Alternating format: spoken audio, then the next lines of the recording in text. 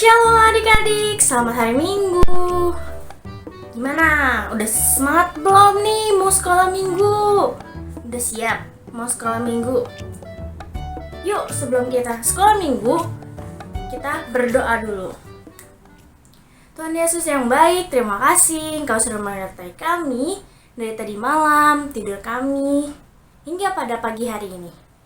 Tuhan tolong sertai kami. Saat ini kami ingin sekolah minggu bersama-sama. Tolong sertai supaya sekolah minggu ini bisa berjalan dengan baik.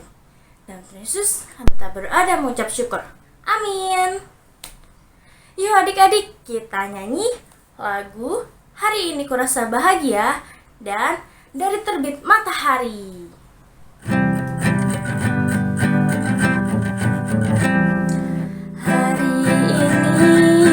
Hari ini harinya Tuhan, harinya Tuhan. Mari kita bersukaria, bersukaria. Hari ini harinya Tuhan, mari kita bersukaria. Hari ini harinya Tuhan. Dari terbit matahari sampai pada maksudnya, biarlah nama Tuhan dipuji. Dari terbit matahari sampai pada maksudnya, biarlah nama Tuhan dipuji.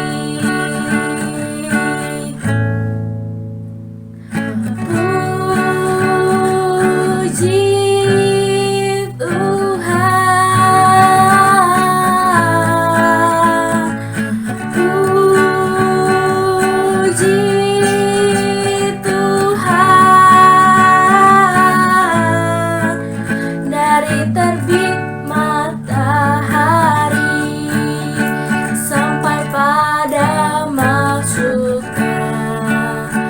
biarlah nama Tuhan dipuji.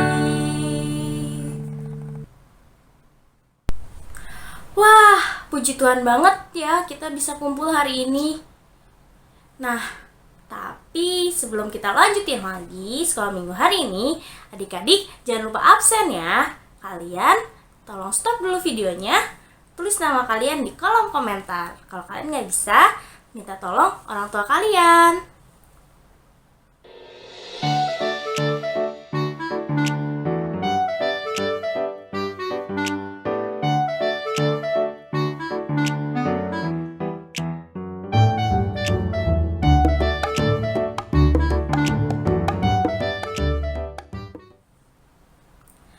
Yuk adik-adik, kita sekolah minggu lagi, kita nyanyi lagi bareng-bareng.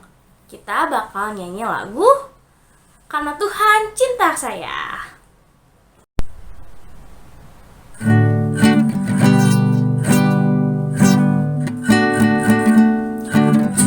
Cuip, cuip, cuip, udam-dam.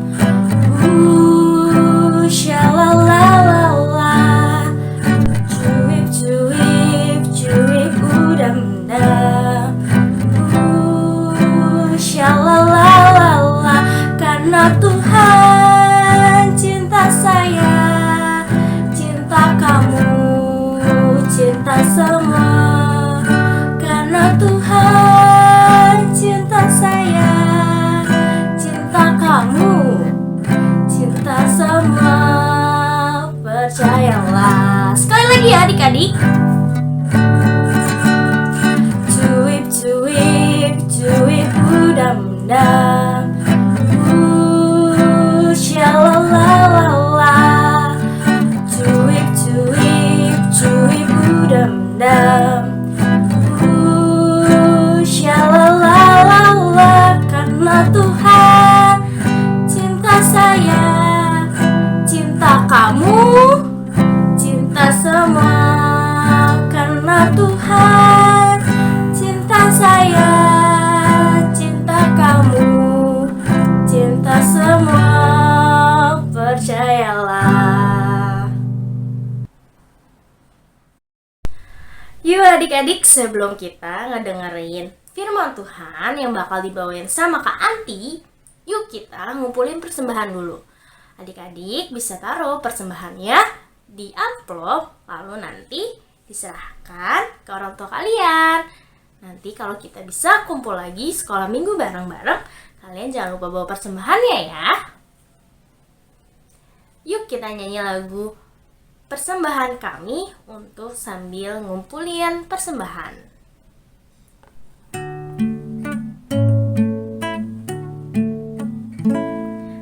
Persembahan kami pada hari ini, kiranya Tuhan terimalah dengan senang hati.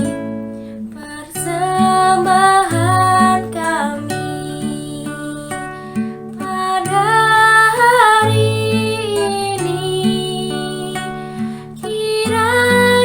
Tuhan terimalah dengan senang hati.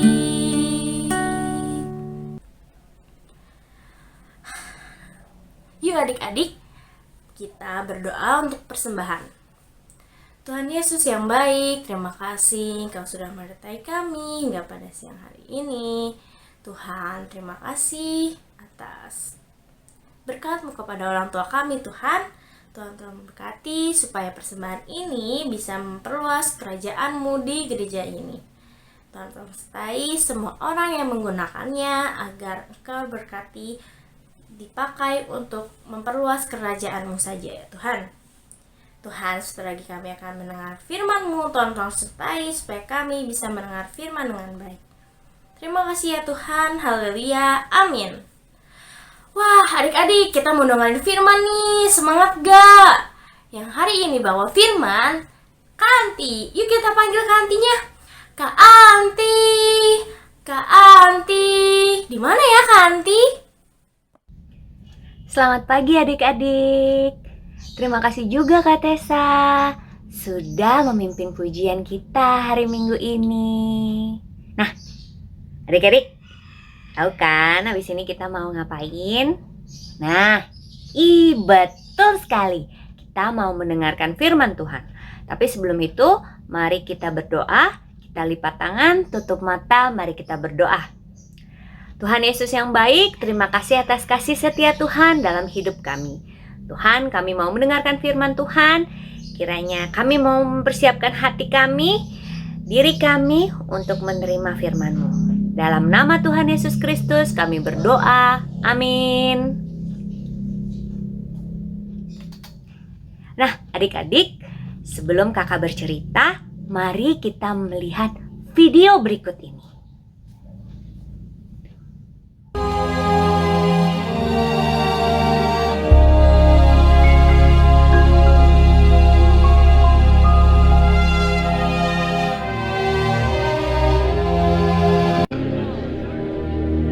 Ketika Yesus kembali, orang banyak menyambut Dia sebab mereka semua menanti-nantikan Dia.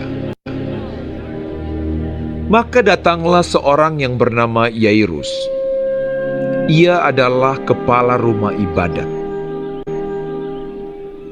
Sambil tersungkur di depan kaki Yesus, ia memohon kepadanya supaya Yesus datang ke rumahnya, karena anaknya perempuan yang satu-satunya, yang berumur kira-kira 12 tahun, hampir mati.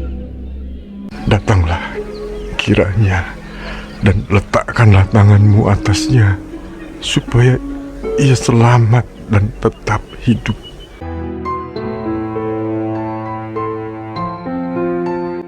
Dalam perjalanan ke situ, Yesus didesak-desak orang banyak.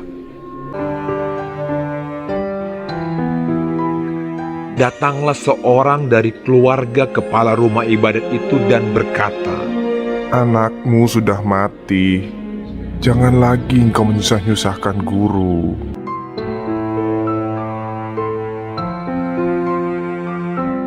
Tetapi Yesus mendengarnya dan berkata kepada Yairus, Jangan takut, percaya saja, dan anakmu akan selamat.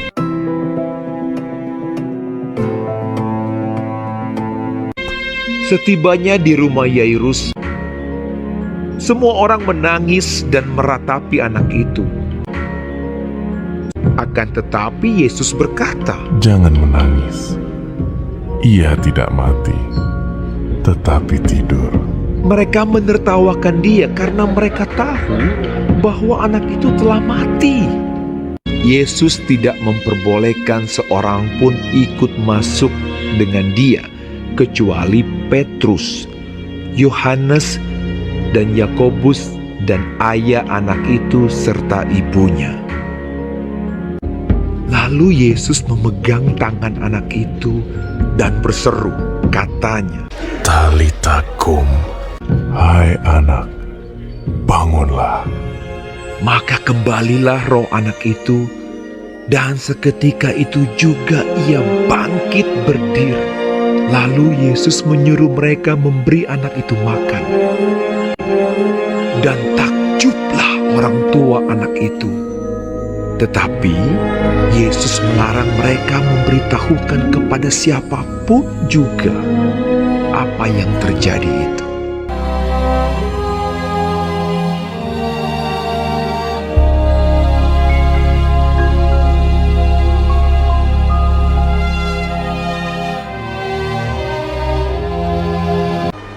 Sesudah Yesus menyeberang lagi dengan perahu, sedang ia berada di tepi danau, orang banyak lalu mengerumuni dia.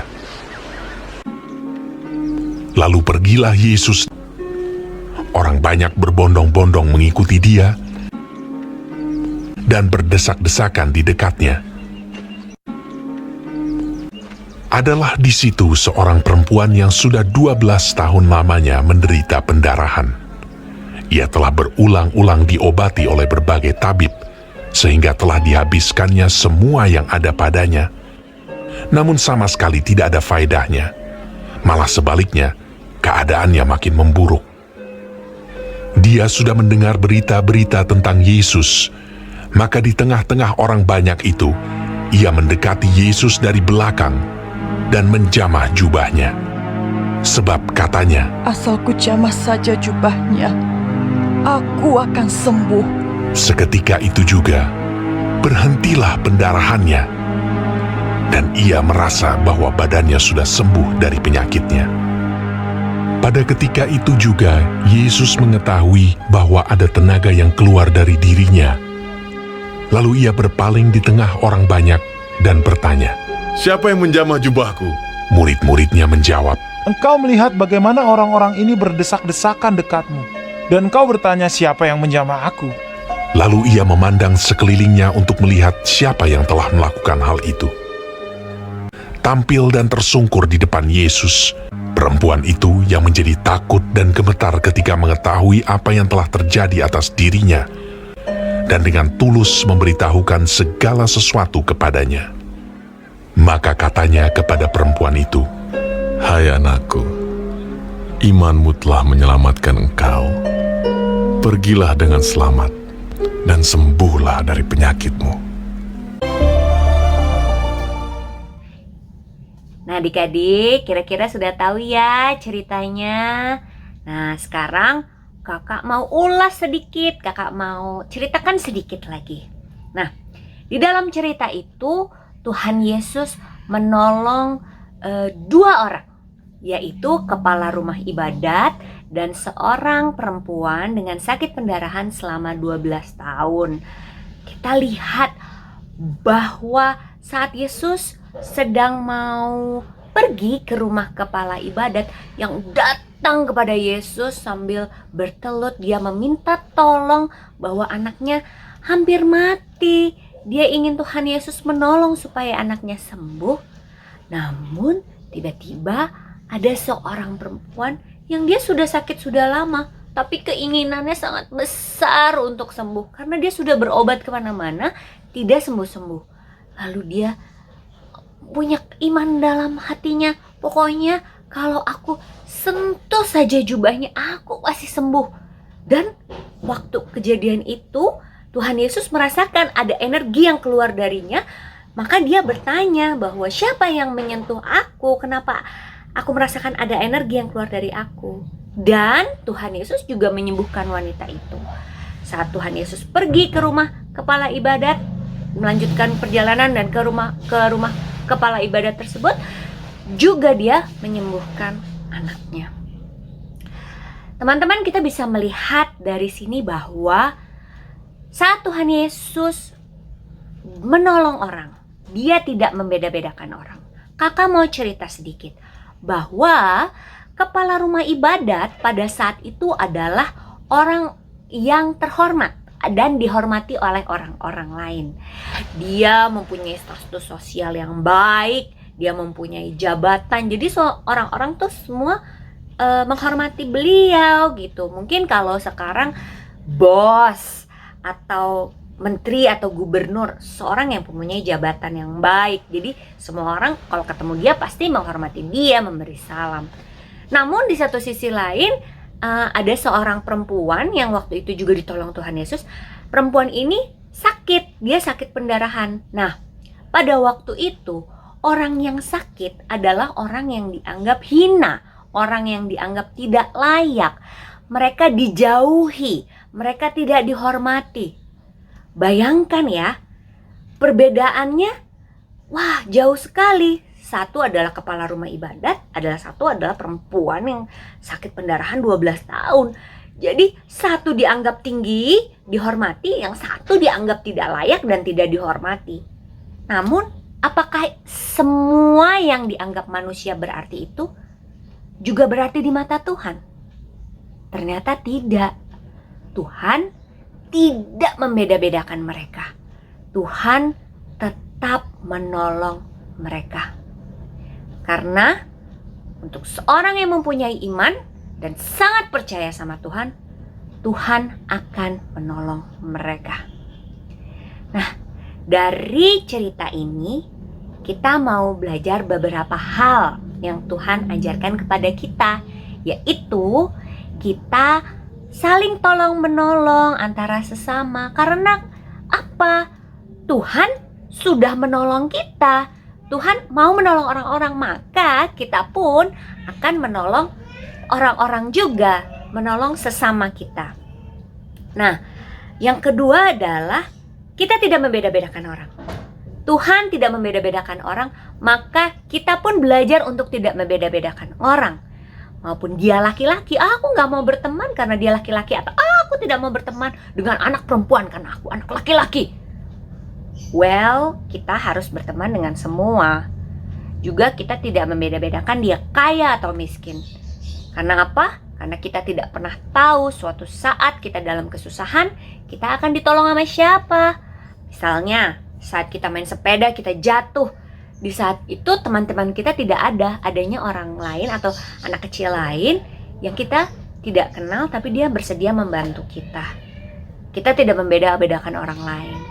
Ya, kita mau menolong sesama, kita tidak membeda-bedakan orang lain. Dan satu lagi nih, yang ketiga, saat kita mempunyai kesulitan, saat kita mempunyai masalah, kita datangnya sama Tuhan. Kita lipat tangan, kita tutup mata, kita berdoa minta pertolongan Tuhan. Karena percaya, kita mempunyai iman bahwa Tuhan selalu membantu kita dengan caranya Tuhan, dalam waktunya Tuhan. Kita mau percaya itu semua ya. Semoga firman Tuhan hidup dalam kita senantiasa. Amin.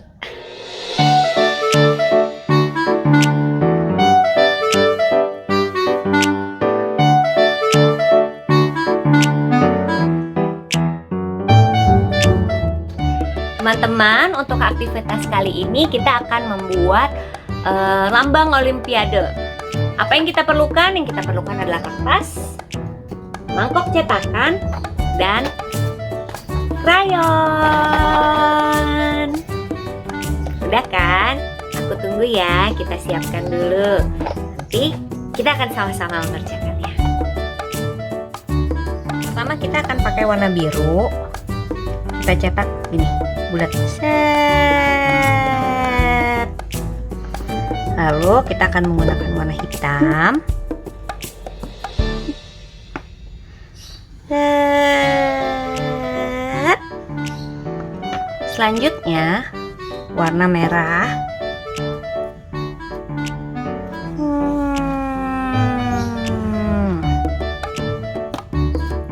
Lalu di bawah pertama kita pakai warna kuning.